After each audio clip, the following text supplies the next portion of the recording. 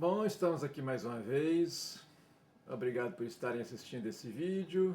Que tenham um bom dia.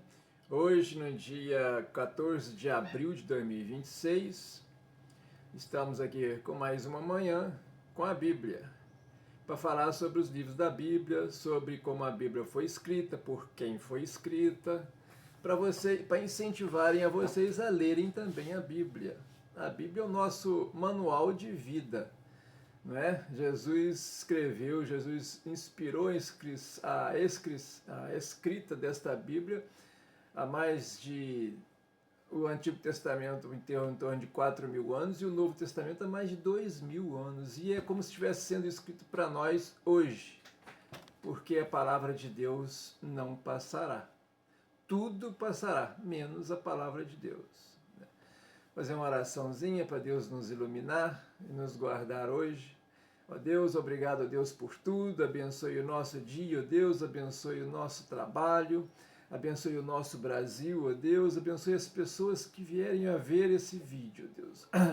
Abençoe todas elas e nos proteja, ó Deus, nesse dia, hoje, terça-feira, para que possamos dar um bom dia de trabalho, um bom exemplo para Ti, ó Deus, sobre as pessoas hoje, e tudo o que nós falarmos hoje, que seja para a Tua honra e glória, ó Deus, é o que nós te pedimos, em nome de Jesus. Amém. Bom, hoje vou falar da segunda carta das chamadas cartas universais, daquelas que não foram escritas por Paulo às igrejas e aos amigos dele. Essa foi uma carta escrita por Tiago. Quem foi Tiago? Antes de falar quem foi Tiago, ela foi escrita para expor as práticas hipócritas e ensinar o correto comportamento cristão. Olha só, que assunto que ele expõe aqui logo no início, né? E Tiago, quem foi Tiago? A família de Jesus, os irmãos de Jesus, não acreditaram nele enquanto ele estava vivo. Não acreditaram, exceto a mãe, exceto Maria, mas os irmãos não. Mas depois que ele morreu, que ele ressuscitou, que eles viram que ele ressuscitou, que ele voltou, e os milagres, os sinais que ele deixou, eles acreditaram. Dois, pelo menos, a gente vê aqui na Bíblia que eles escreveram a carta. Uma foi essa, Tiago, irmão de Jesus. O outro foi Judas, a última carta antes de Apocalipse do Novo Testamento, também irmão de Jesus. Então, os dois irmãos de Jesus. Então, pelo menos dois aqui na Bíblia está explicando que eles resolveram acreditar em Jesus e assumir o papel de cristão. Tiago, por exemplo, ele ficou na igreja de Jerusalém, um dos líderes da igreja de Jerusalém. E foi uma carta escrita provavelmente em 49, antes das viagens de Paulo, quer dizer, ele ainda estava com Pedro ali em Jerusalém. Então, Tiago escreve esta carta. Ele começa logo no capítulo 1 a falar acerca das provas e das tentações. Aqui ele claramente diz que tentação nunca é superior àquilo que nós possamos aguentar. Então, que aguentemos as tentações e não cairmos nelas, entendeu? É uma recomendação de Tiago, logo no início da carta, logo no primeiro capítulo, que realmente aqui nesse mundo nós vamos ser tentados todos os dias, todas as horas, infelizmente. Mas o que nós temos que fazer, com muita oração, com muita fé, continuarmos aqui cristão vencendo essas tentações. Bom, se vocês ouvirem uns gritinhos tal, foi a cachorrinha aqui de um cliente nosso que fica aqui no hotelzinho da minha esposa. Ela está dormindo ainda, então ele fica querendo ficar perto da gente e aí fica desses latidozinhos. Não se incomodem com isso. Vamos aqui à carta de Tiago, né? Isso no capítulo 1, tentações. No capítulo 2, ele condena a acepção de pessoas. Porque na época existia muito isso, principalmente no meio dos judeus, dos sacerdotes.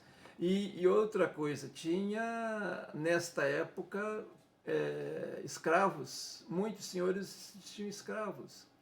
E como é que eles falavam, como é que eles consideravam os escravos? Totalmente diferente das pessoas. Tiago, mais um, que vem aqui condenar isso. A carta dos Hebreus, o autor também falou muito, me deu muita ênfase nisso. Agora Tiago a mesma coisa, para não fazer acepção de pessoas. Jesus não fez acepção de pessoas. Ele não fez nunca. Ele foi procurar quem? Pescadores, ele foi procurar publicanos, aqueles cobradores de impostos, né? Um deles era cobrador de impostos e os outros, a maioria deles, pescadores para acompanhá-lo.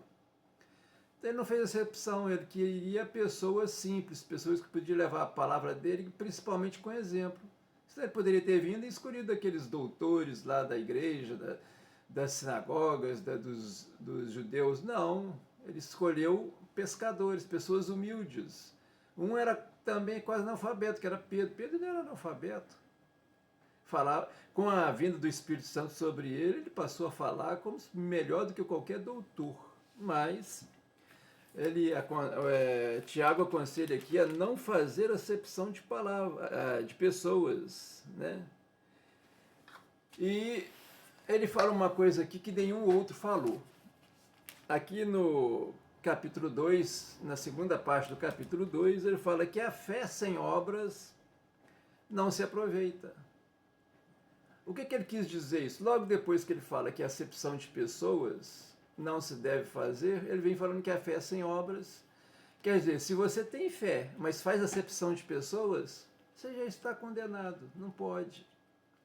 E outras coisas mais. Se das pessoas necessitadas te pedir alguma coisa, você não ajudar, você não tirar as pessoas do ruim, do mal, e ter fé, que fé é essa? Não adianta. Você tem que ser completo, ter fé e fazer as obras, né? Isso no capítulo 2. No capítulo 3, ele já fala sobre o tropeço nas palavras, cuidado com as palavras. Ele dá um exemplo muito claro da nossa língua. O corpo é grande, a língua é um membro tão pequeno, mas pode nos levar à desgraça. Ele fala isso. Ele dá até uma comparação com o remo do navio. O navio é uma coisa tão grande, guiada pelos ventos, que naquela época era vento, com as velas, e um leme lá no casco do navio para guiar o navio, fazer a direção do navio. E um leme com relação ao tamanho do navio é uma coisa muito pequena. Agora tira o leme para ver o que vai acontecer, né?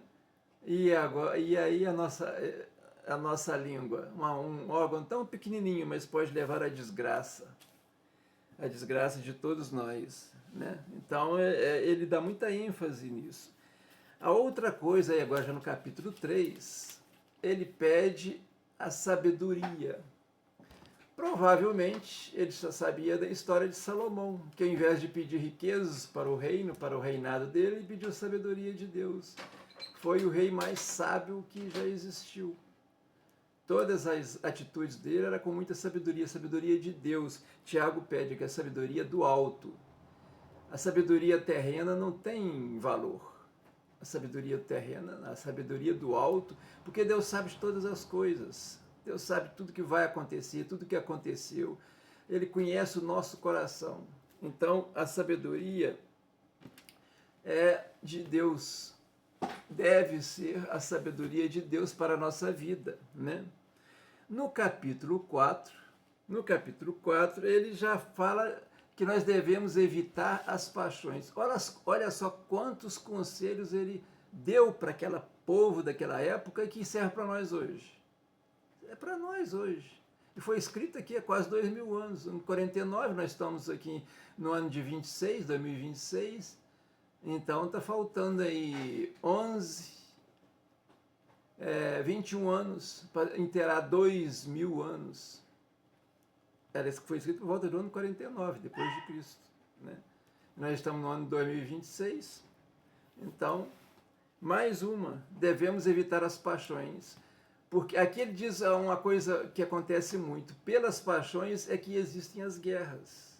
Pelas paixões. Se as pessoas amassem em vez de serem apaixonadas, ideológicas e com outras coisas mais, não existiria guerra, não existiria briga, não existiria assassinato, não existia pecado entre nós.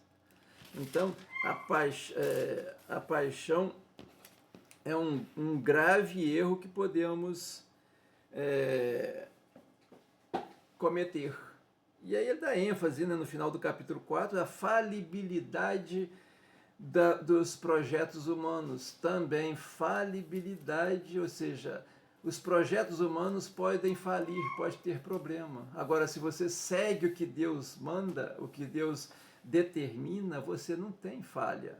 Você vai ficar sempre correto, vai sempre atingir aquele alvo que você almeja, desde que seja no caminho de Deus, com a orientação de Deus e obediência a Deus, né? A Deus. Só exemplos bons. No capítulo 5, ele condena os ricos opressores. Ele quis dizer aqui o seguinte: ser rico não é pecado. Ser rico não vai te levar para o inferno. O que te vai levar para o inferno é você usar da riqueza para fazer mal às pessoas. É você não amar o dinheiro. Você pode ser rico sem amar o dinheiro, porque se você amar o dinheiro nunca vai ser suficiente para você. Você vai ter que querer mais, e aí vai fazer coisas erradas para conseguir o dinheiro. Então, o que nós temos que fazer? Não amar o dinheiro. Podemos ser ricos. Ricos com Deus. Ricos fazendo a obra de Deus e tendo fé. Como ele mesmo fala aqui antes, né? Então, isso é um exemplo muito claro. Aliás, esse conselho que ele dá aqui, rico opressor, no capítulo 5, que é o último capítulo do livro dele, né? E exorta a paciência acerca do juramento, da oração e conversão dos pecadores. Nós devemos fazer igual a Cristo, ajudar os pecadores a saírem do pecado. Olha só, Tiago, irmão de Jesus, líder de uma das igrejas, escreve uma carta para os cristãos daquela época, principalmente os judeus, que ele era judeu. Ele se tornou cristão depois da morte de Jesus. E aí passou a ser perseguido, junto com toda a igreja cristã da época. Mas ele fala aqui, uma carta de 5 capítulos, quantos conselhos bons ele nos dá. Então vamos seguir, né? Eu vou ficando por aqui. Hoje, esse vídeo eu deveria ter feito ontem, mas ontem eu fiz um exame aí bastante ruim pela manhã e eu acabei não tendo condições de fazer o vídeo ontem. Estou fazendo hoje. Espero que todas as pessoas o recebam bem. Compartilhe esse vídeo. Inscreva no canal para que ele tenha força para levar a mensagem para mais pessoas. Que vocês tenham aí um bom dia, que vocês deem o seu like também aí, porque assim, e fazendo alguns comentários também podem ser feitos, isso é muito bom, porque a plataforma vai entender que é um bom conteúdo e vai divulgar para mais pessoas e para vocês mesmos. Veja se está inscrito. Eu já vi que os inscritos no canal diminuiu. Eu não sei por que acontece isso, mas diminuiu. Eu não sei se foram as pessoas que tiraram ou se foi a plataforma que tirou, não sei. Então dê uma olhada, vê se você ainda está inscrito, se inscreva e vamos levar a palavra de Deus a mais pessoas. Então vamos fazer uma oração de despedida aqui deste vídeo e para o dia que começa. Ó Deus, obrigado, Deus, por tudo, obrigado por estar nos guiando, obrigado pela nossa saúde, ó Deus, obrigado pelo Brasil, por esse dia maravilhoso que começa hoje, numa terça-feira, dia 14 de abril de 2026. nós agradecemos pelo Brasil, por essa terra maravilhosa que nos destes hoje. Ajuda-nos, ó Deus, a combater os maus políticos, os maus governantes, para que possam governar para o povo e para ti, e não para si próprio. Que tira a corrupção dos nossos dirigentes e do povo brasileiro. Que nós te pedimos, ó Deus, em nome de Jesus. Amém. Que Deus abençoe a todos, que tenham um bom dia e até amanhã, se Deus quiser.